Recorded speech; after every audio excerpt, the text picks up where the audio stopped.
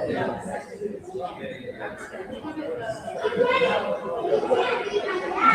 right, hello everybody. Hi, thank you all so much for joining us. This is Left Bank Books presents St. Louis author and journalist Ben Westhoff.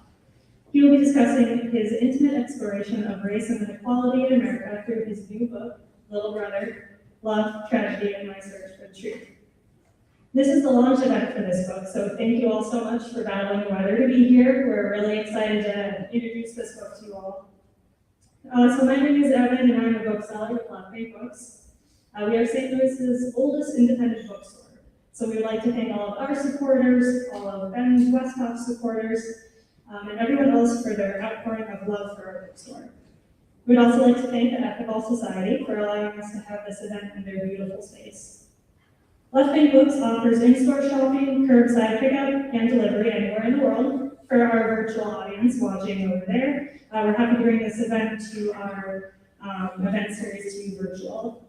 We believe that events are a great way to expand your mind and to bring in new thoughts to make the world a better place.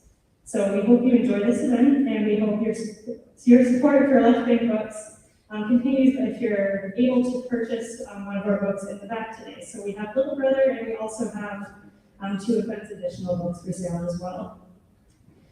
This allows us to keep our bookstore open and our staff operating, so thank you so much for your support. I'm going to take my glasses off because they're fogging up there. See where they're going, so you know what's that. For all of you joining us in person, thank you all for coming out tonight. We also appreciate you following our COVID measures to make this event accessible for all, so thank you for your patience with that and your understanding. Like I said, we do have sales in the back, and we will be doing a live signing at the end of the event, so definitely feel free to get your book signed there. We at Left Bank Books produce hundreds of author events each year with our fantastic team here in St. Louis. We'll be taking questions from you, the audience, at the end of the event. Our virtual audience will also be able to participate. If you just enter your questions in as a comment, then we'll be able to include you as well, so please do that. We have a lot of in-person events planned for this summer, so we hope to continue and have audiences in person and virtual, so our events will be hybrid until further notice. You can join from near and far. Be sure to check out our event calendar on our website for full details about our upcoming event programming. So for tonight's book, Little Brother, Love, Tragedy, and My Search for the Truth. This intimate exploration of race and inequality in America tells the story of a journalist's longtime relationship with his mentee, Gerald Cleveland, through the Big Brothers Big Sisters program, and investigates Gerald's tragic fatal shooting. In 2005, soon after Ben Westhoff moved to St. Louis, he joined the Big Brothers Big Sisters program and was paired with Gerald Cleveland. Ben was 28, a white college graduate from an affluent family. Gerald was 8, one of 9 children from an African-American family living in nearby Ferguson. The two instantly connected. Ben and Gerald formed a strong bond, stronger than any other in their lives. When Ben met the woman who would become his wife, she observed that Ben and Gerald were a package deal. They were brothers. In the summer of 2016, Gerald was shot at point-blank range, murdered in broad daylight in the middle of the street. No one was charged in his death. Ben grappled with mourning and also a feeling of responsibility. As Gerald's mentor, what could he have done differently? As a journalist, he had reported on gang life, interviewed crime kingpins, and even infiltrated drug labs in China. But now he was investigating the life and death of someone he knew personally, and examining what he did and did not know about his friend. Learning the truth about Gerald and the man who killed him required Ben to go undercover to a heartbreaking cycle of poverty, poor education, drug trafficking, and violence. Little Brother brilliantly combines a personal deep story with a true crime narrative that exposes the realities of life in communities like Ferguson all over the country. As Aisha Sultan, St. Louis Post-Dispatch columnist said, "I finished Little Brother in one day. It humanizes people and communities who have long been dehumanized. So much of it hits close to home." Ben Westhoff has taken a lot of crazy risks in his work before, but it's the emotional exploration here that makes it his bravest work yet. So we are also honored tonight to have the family of Gerald Cleveland with us. His father, Mr. Cleveland, is willing to say a few words to start us off here. So if you would like to join me in welcoming him, you can come on up.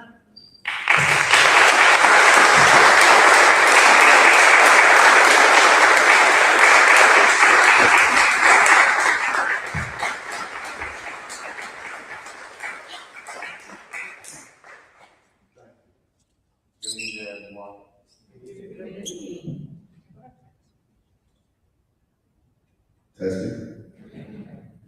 All right. First off, I'd like to thank everyone for being here. Hold it closer. Can you hear me now? Can you hear me now? Okay, I think I speak loud enough. Can y'all hear me in the back? Okay. What's that?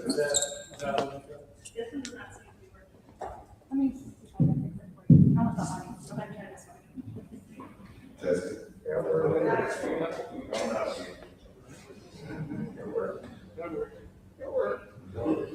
Hello? Can you hear me? Yeah. All right, there we go. All right. Let's try this again. First of all, I'd like to thank everyone for coming out this evening. I know it's been a rainy evening. Everyone made it safe, and I hope you all have a safe trip back home. And I'd like to thank Ben. Ben's been a big part of my family for a long time. Back when big brothers and big sisters come along, I didn't know anything about big brothers and big sisters. And I was a single parent. I had a bunch of little kids, and I worked hard every day as a roofer. Just anybody know anything about roofing, it's pretty hard work. But I had to do what I had to do to feed my family. And also I had Jorel. Because Jorel, he was a big help, because when times got hard and Dad didn't have enough to make ends meet, Jorel would go and cut grass, and he'll do like the little thing he can, bring home milk, bread. You know, he was a good kid. You know, so I'm not going to drag this thing out long. Let Ben go ahead and take the floor. I just want to introduce myself and say hello to everyone.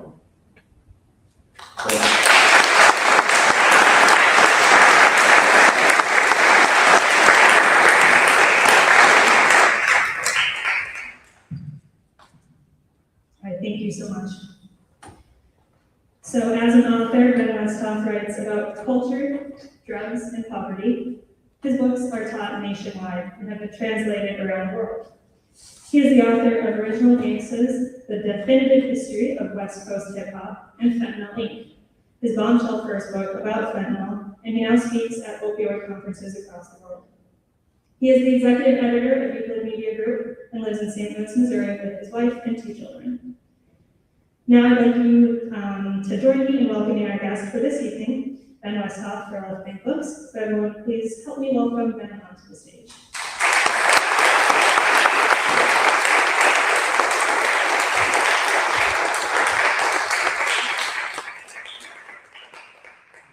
Testing.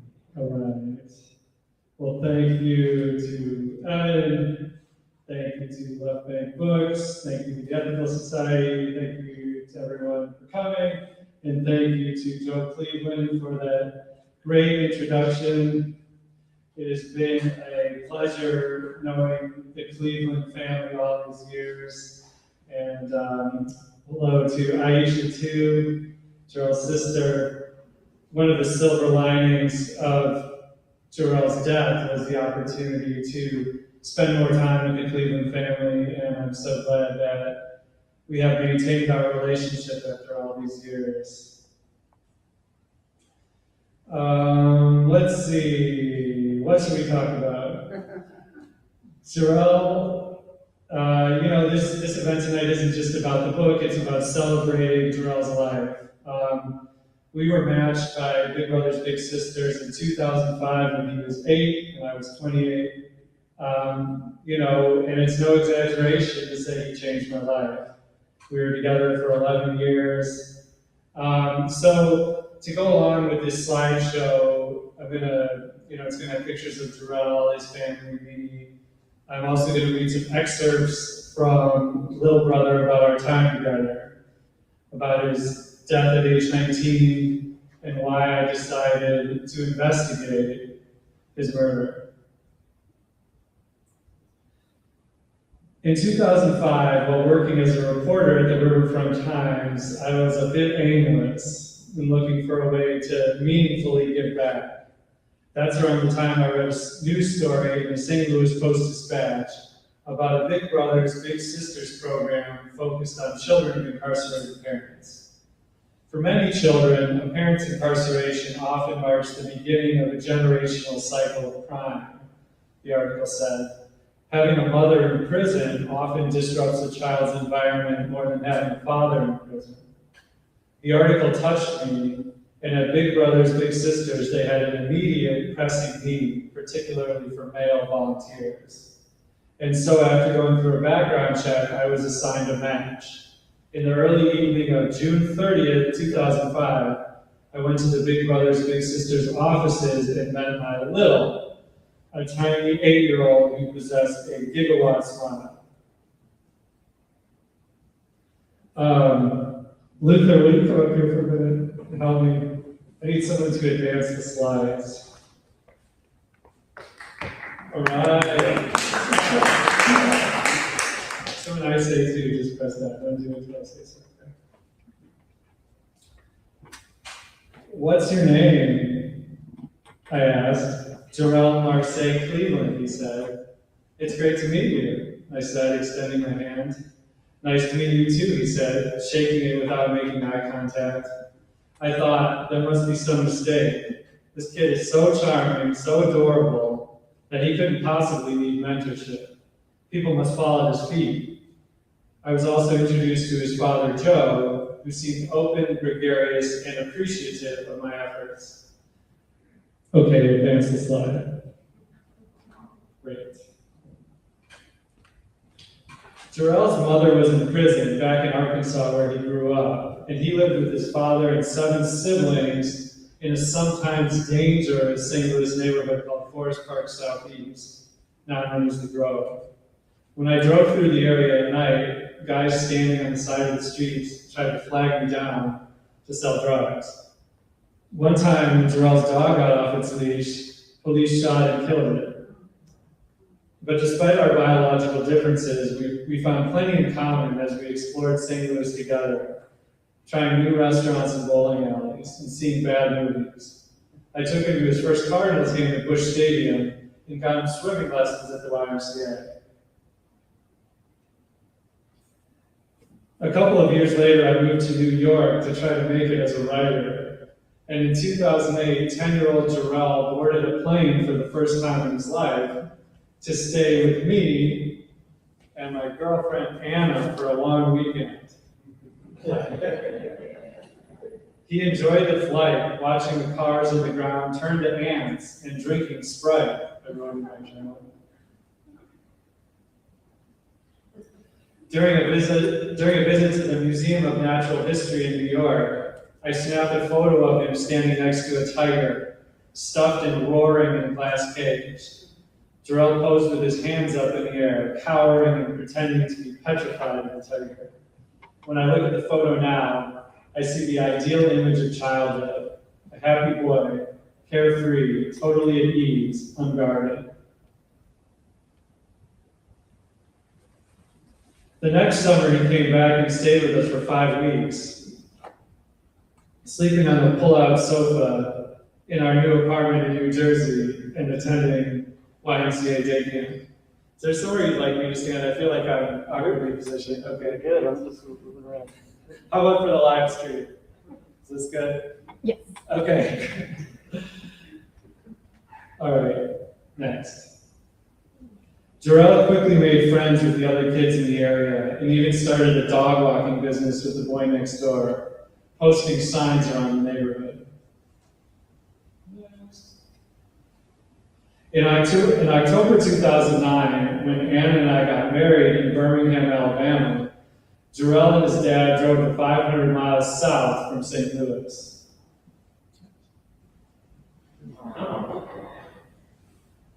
I was up all night with nerves, but at the crack of dawn, Jarrell agreed to go jogging with me on the hotel treadmill. Somehow it completely calmed my nerves. The next day, that day I successfully surfed the logistical snafus, in-law glad-handing, and occasional moments of grace that encompass a wedding day. Upon the release of my book, Dirty South, in 2011, I embarked upon my first book tour beginning in St. Louis. I took a shot of whiskey to calm my nerves before addressing the crowd at Left Bank Books, which included Jarrell and Jarrell's father. The next morning, I drove out to the Cleveland family's new home in Ferguson to pick Jarrell up. I was bringing him to my reading in Memphis.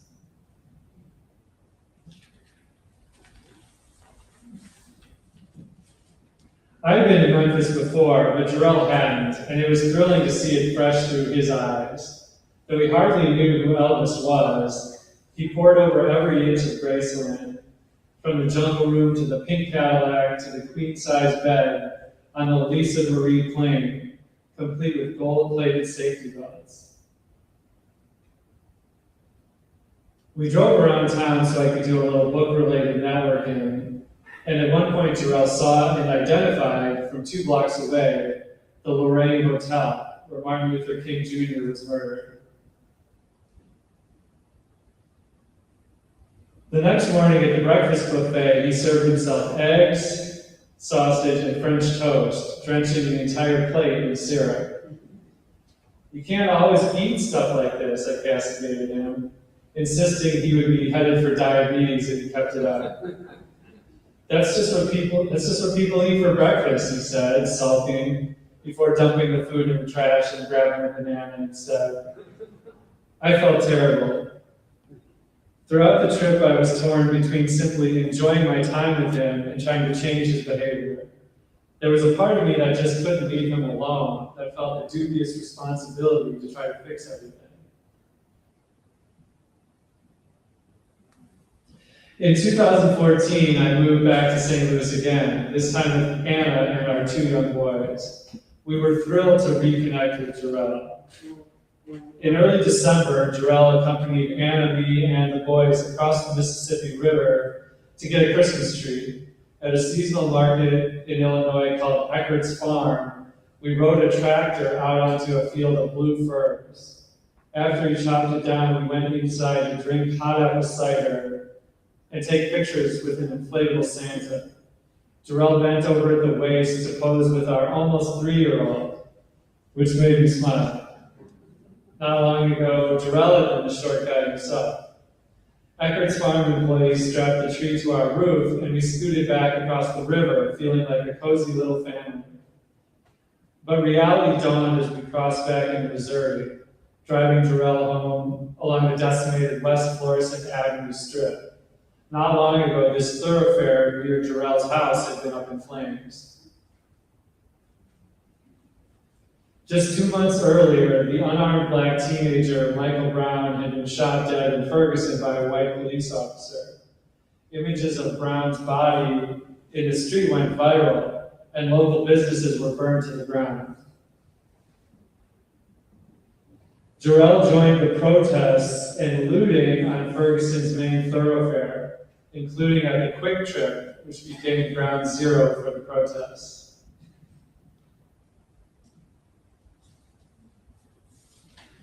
Here's Jarrell's brother Joe Van on the site of the Quick Trip that was burned down, which was rebuilt as the Ferguson Community Empowerment Center, offering job placement.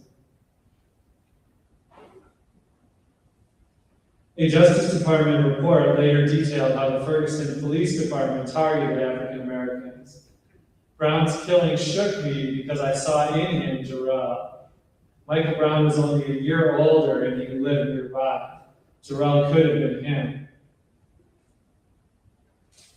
Not long afterward, I learned that Jarrell had been transferred away from his high school, McClure, to the Mark Twain Student Support Center, Picture, an alternative school in Florissant for kids with behavioral and academic issues. When I learned that this happened because of a shooting at his, I learned that this happened because of a shooting at his bus stop Monday in 11th grade, when he got off the bus right in front of his house. What happened, I asked him. You were shot at while getting off the bus? He shook his head and didn't have much to say. 12 shots were fired, he estimated, some of which he saw whizzing past his head. I moved a girl from the bus out of the way, hid her behind a pole until he left. Then I walked her home, he said. He made the whole thing sound cinematic.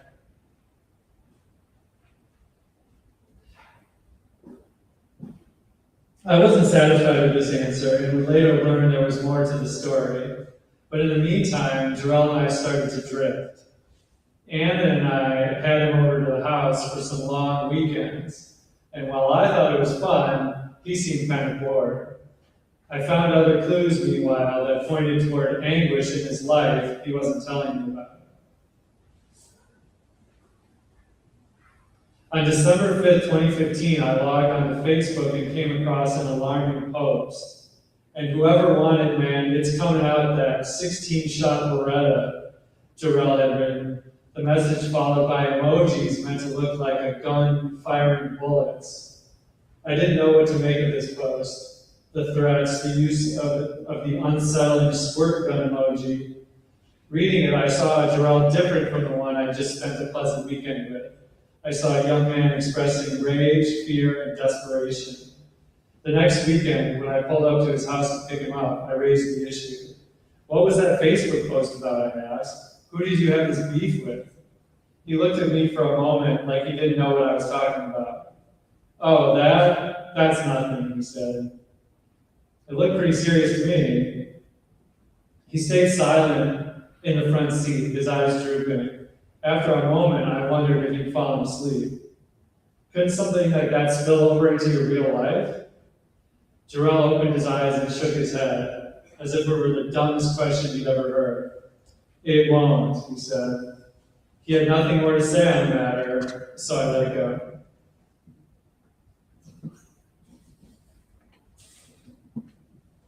It wasn't until after he died that I really began to understand how obsessed with guns Jarrell was. He had first handled guns with his father on trips back to Arkansas. Joe considered himself a sportsman. He brought Jarrell to the levee by the Arkansas River, where they'd set up cans and fire at them with 22s. Reese could outshoot him, remembered Joe with a laugh, referencing Jarrell's sister. As he got older, Jarrell sometimes pilfered his dad's rifles to shoot target practice in the backyard. Once Joe found an old barrel back there riddled with bullet holes.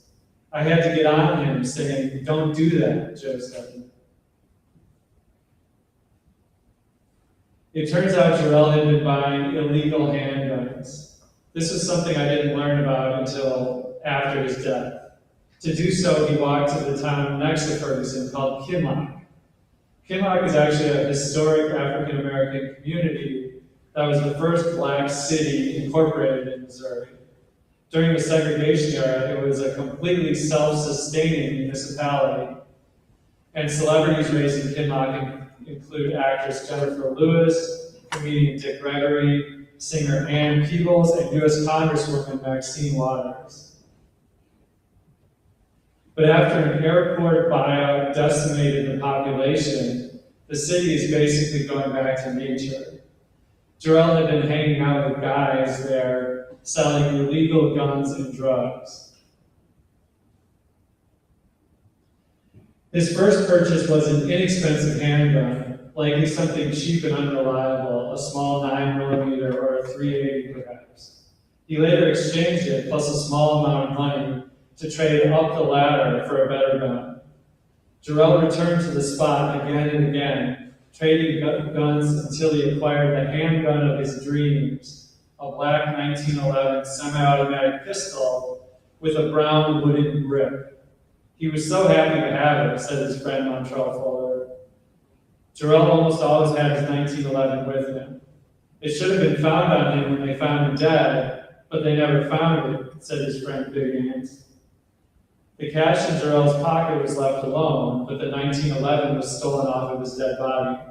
This made some people wonder, was Jarrell killed for his gun? But I didn't know any of his backstory when I received a call on August 27, 2016, from a number I didn't recognize. Hello, Ben, are you sitting down? Who is this? It turns out it was the mother of Jarrell's girlfriend, someone I'd never spoken with in my life. What happened? Jarrell has been shot, she said. He's dead.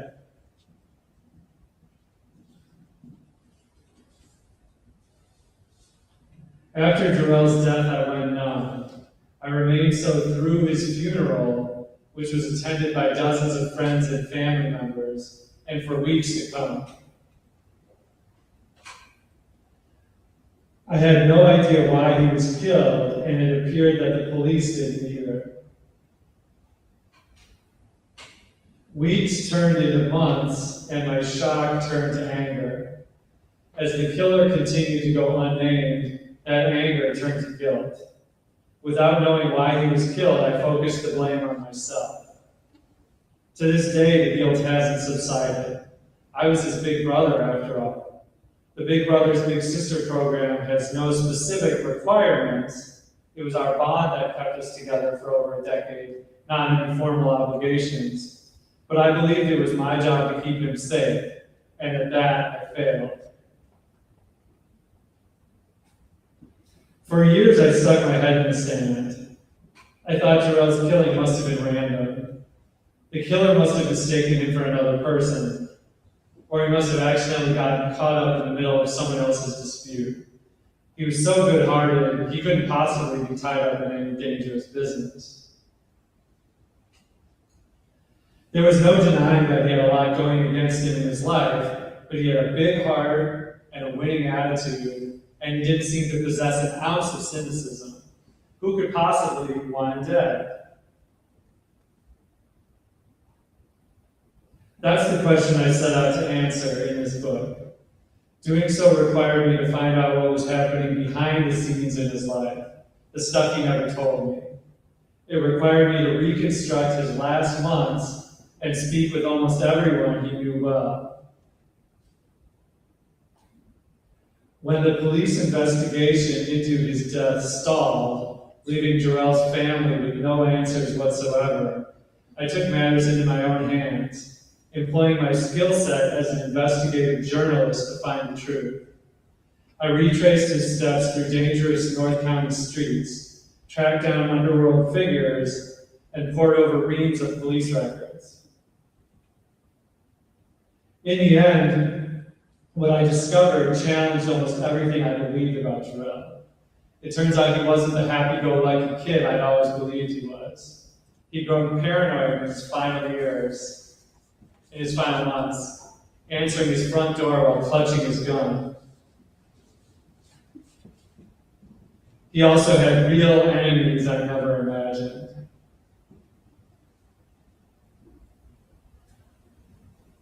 This story is much more than a whodunit. Learning the truth about Jarrell's killer required me to understand the troubled history of St. Louis, how discrimination and pervasive poverty has shaped life for millions.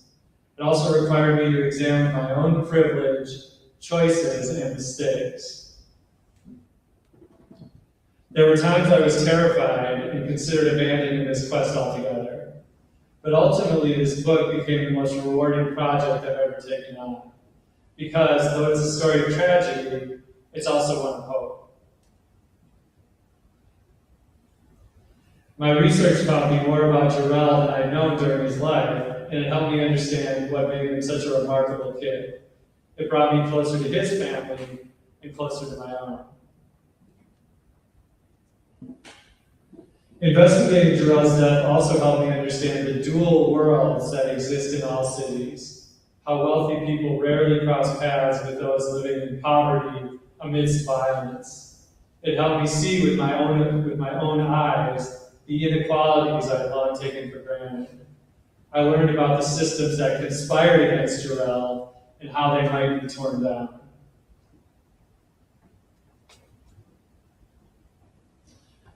On another note, 1 year ago today, my mother died, Catherine Reed. I read her a rough draft of this book during her final days, and she passed before its publication.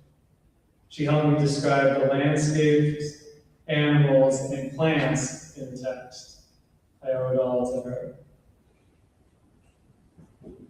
I saw an incredible sunset right after she died, and a rainbow right after Jarrell died. When I see these natural phenomena now, I remember that these two people who I love so deeply.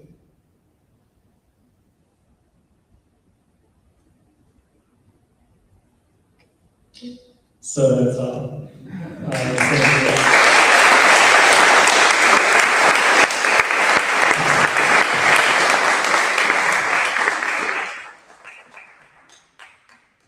Take questions. How's this one? Awesome. Okay, so thank you so much. We would love to move ahead to some questions now, both in the audience as well as virtual. So I'll run the microphone back and forth. We'll start in person. Does anyone have any questions?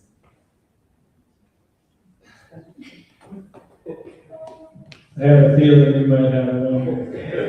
So, like, I think you said something about, like, they didn't know who killed Jarrell. Like, do you guys still not know? You'll have to read the book. Really? Oh, man. I did learn who killed Jarrell, yes. But that person is unfortunately not going to be brought to justice. There was a witness at the scene, but the witness has refused to testify, so that's the situation.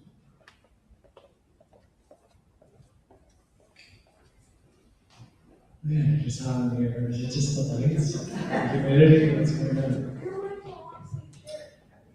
Hey Ben, I was wondering if your personal experience through all this affected you either positively or negatively your viewpoints on this type of like Big Brother, Big Sister program. Thank you, Sam, for the question. I don't recognize everybody in these masks. I love Big Brothers, Big Sisters. I think it's an incredible organization, and despite everything, I couldn't recommend it enough. I actually just learned that there's another Big Brother who just lost his little in St. Louis just this past week. And I'm friends with another one too. It's they still need men, especially men and women, but especially men, to be mentors. And I just would have never met the Cleveland family. Jarrell taught me so much. That people went to places I never would have known otherwise. And I think the same is true for him. And I volunteered for other types of public service programs, Habitat for Humanity, and soup kitchens, but felt like they didn't really need me. There were like waiting lists to volunteer like 3 months from now. And so it's nice. It was nice to really feel needed. And I would highly recommend it.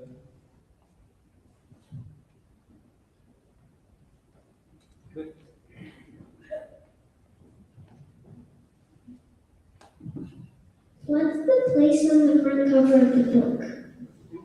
That is a good question. That's Ferguson. I took that picture. It is right near Canfield Green, where Michael Brown was killed. And it's like a little public park that has all those 70s era exercise stations. So I'm not sure what the deal is. That's like a sit-up bar or something. Chad, do you have any idea, Chad? I don't know what those are exactly. Push-ups, okay, there you go.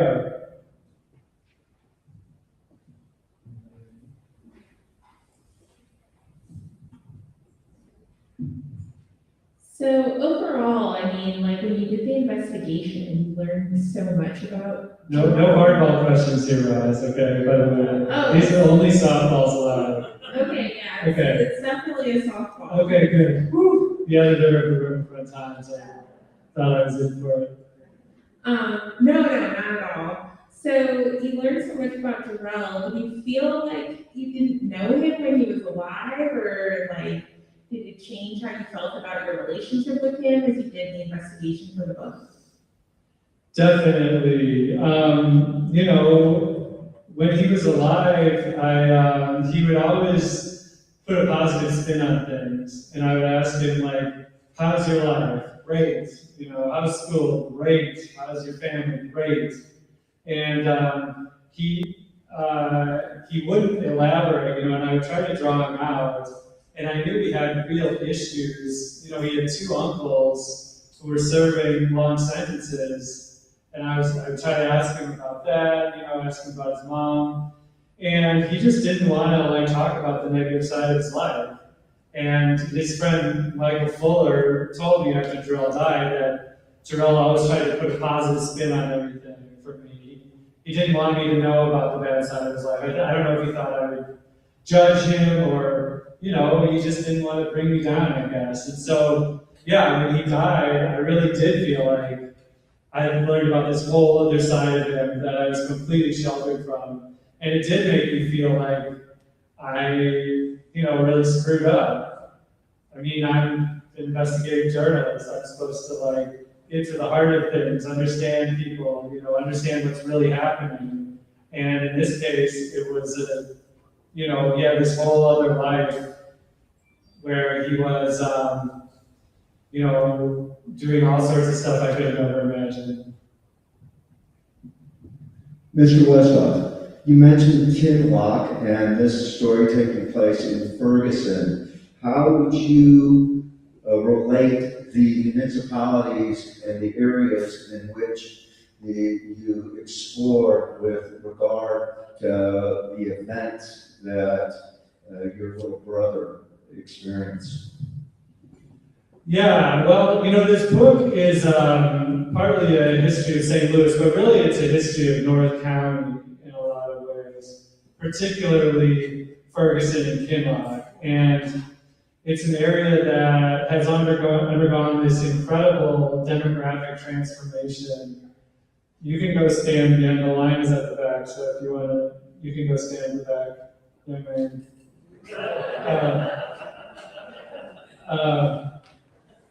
So many books have been written about the history of St. Louis, but not a lot has been written about North County.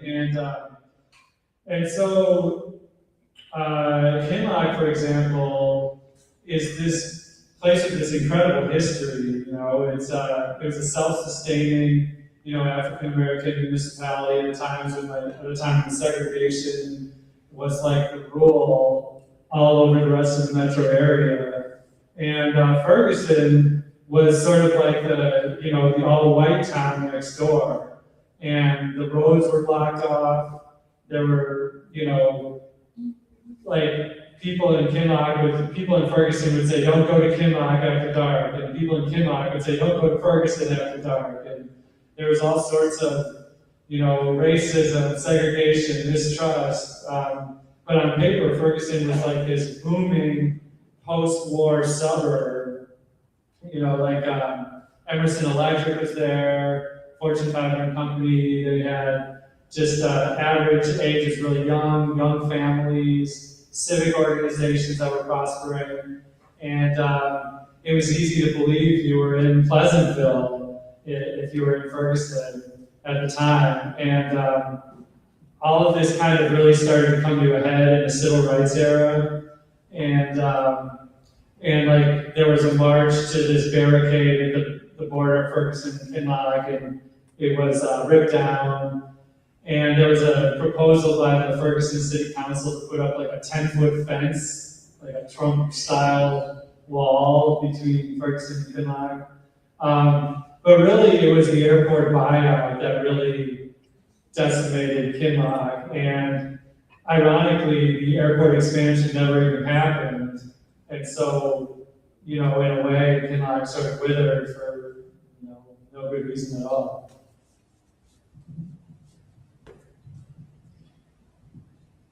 Hi, Ben. Great job. Really enjoyed your presentation. I think Evan referenced in her introduction some of the crazy risks that you've taken in your career. I know you've infiltrated the fentanyl labs in China, posing as a major drug buyer. I'm sure in the process of your investigation for this book, you probably saw some things and explored some worlds that were pretty perilous. I'm wondering though, actually publishing a book where you basically solve a whodunit, there have to be some concerns. I mean, that's a pretty substantial risk.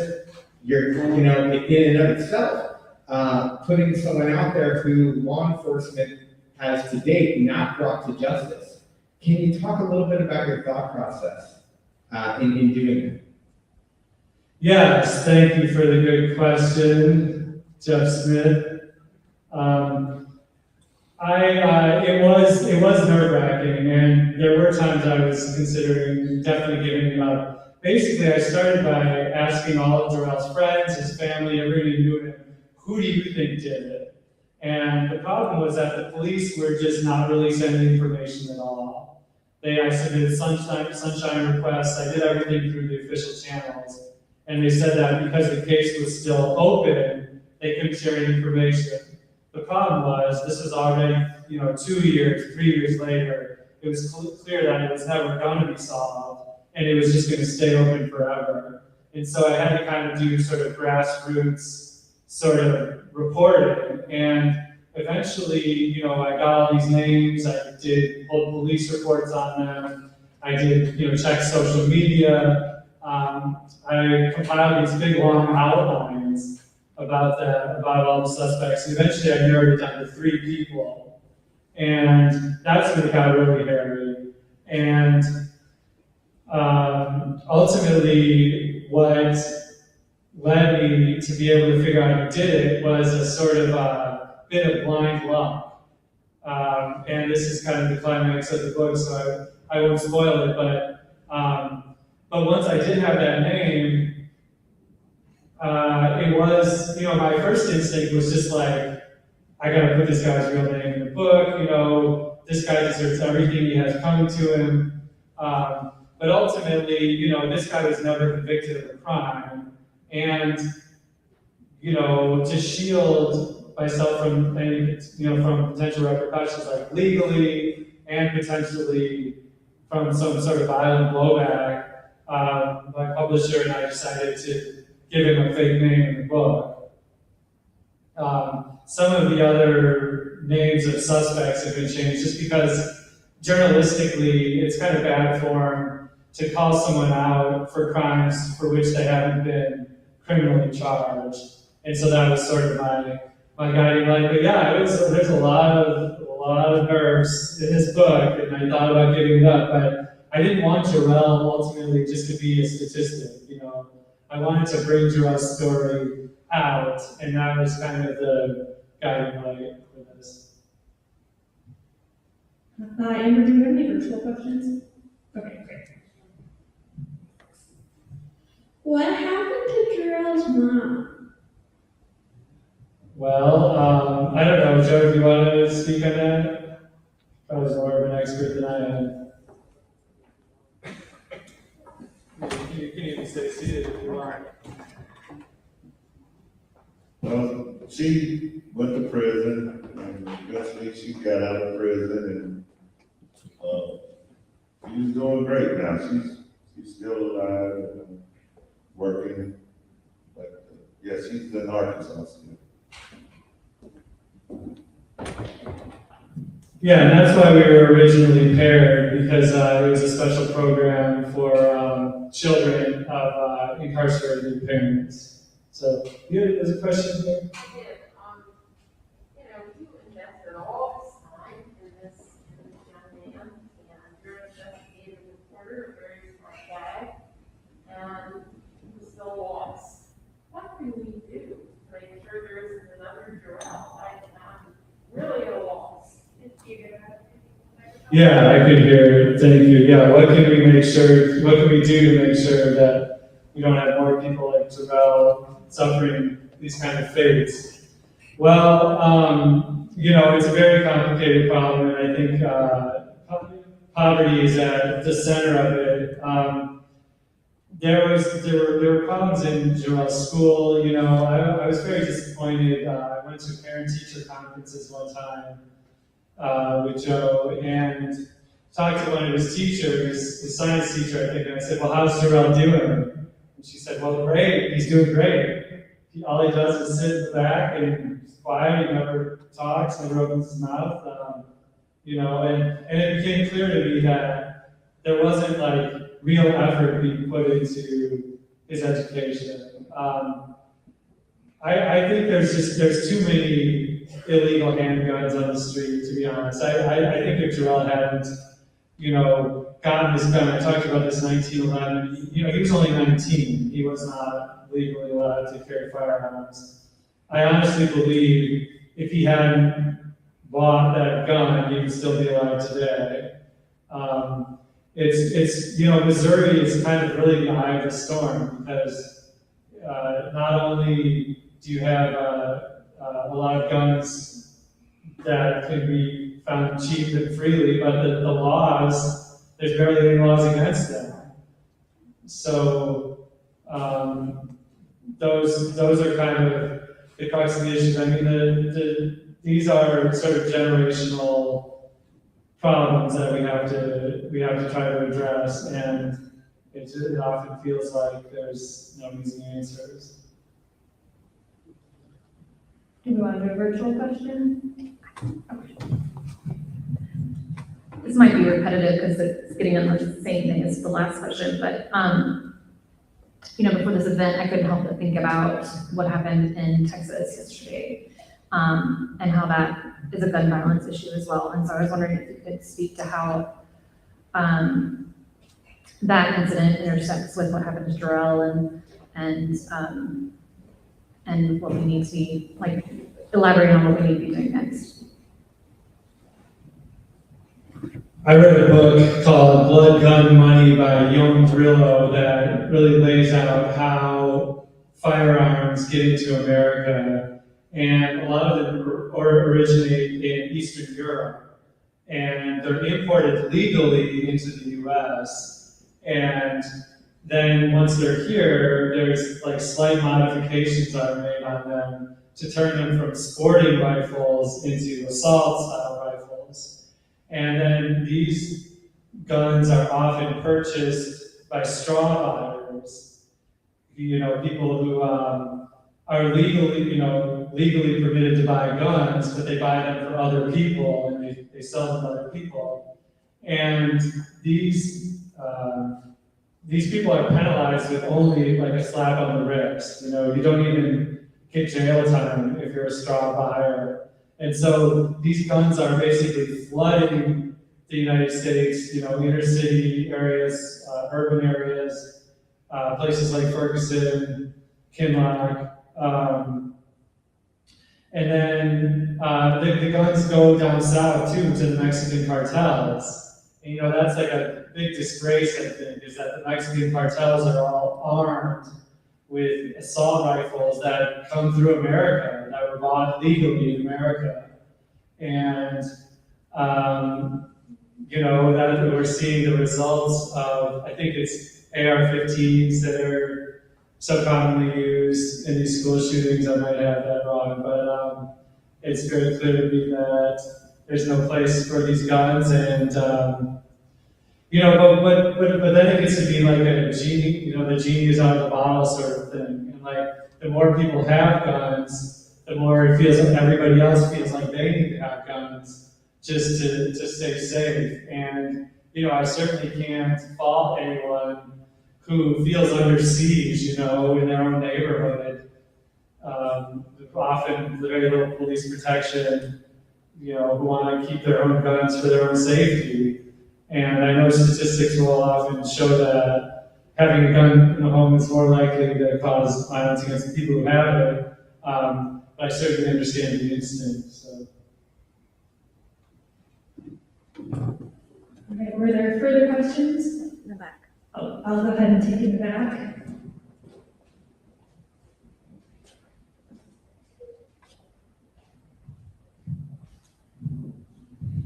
You might have touched on this before, but my question is, how can schools and educators best respond to the needs of students like your little brother?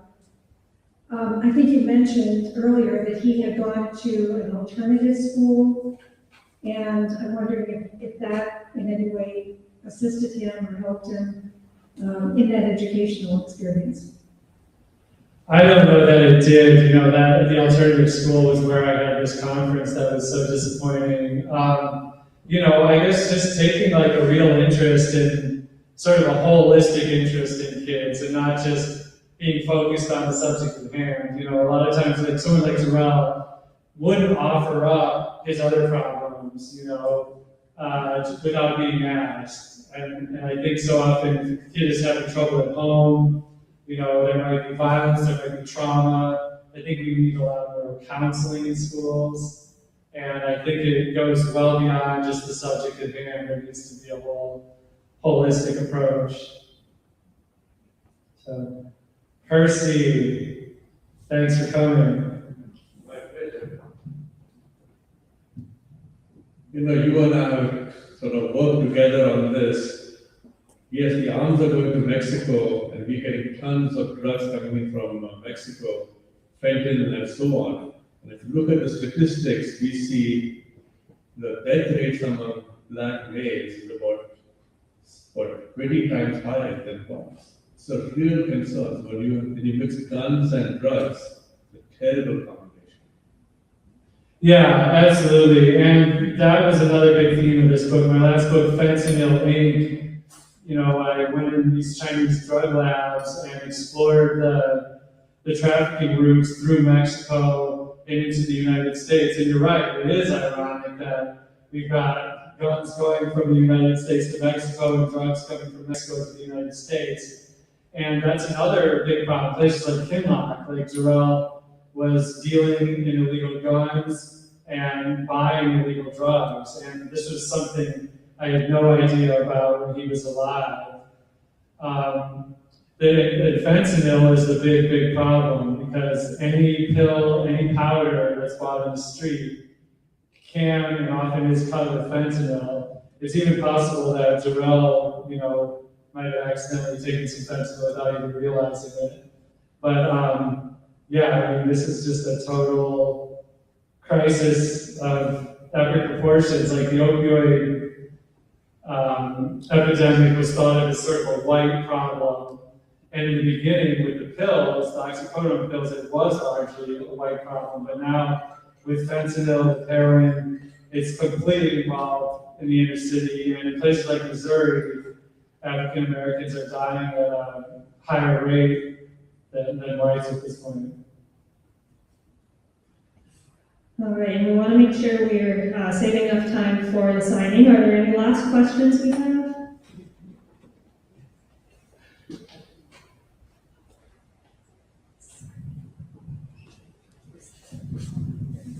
Okay, sorry to ask another one, but I feel like this is a good concluding one. So you did this investigation. Do you feel closure? Do you feel like, because when you said that you felt guilty, I felt really bad. Like, you feel guilty about anything.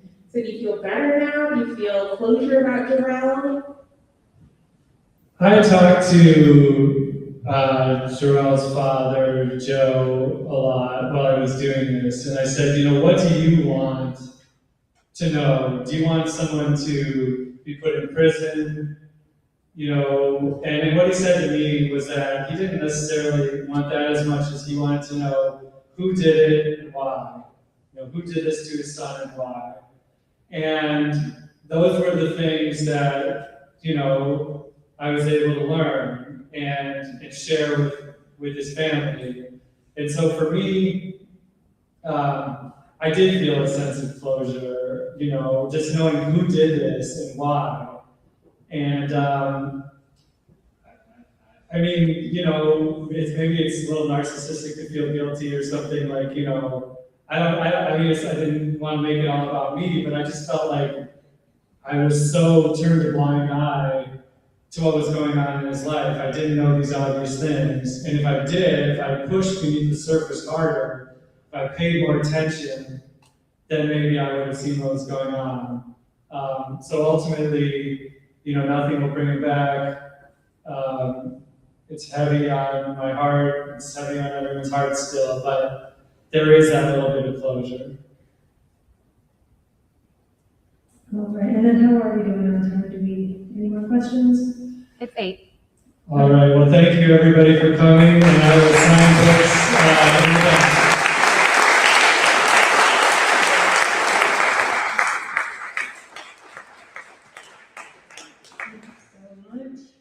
All right, so we are going to, just to cut down the amount of time we have to spend standing, we're going to release sections. If you'd like your book signed. If you would not like your book signed, thank you so much for coming. Drive safe.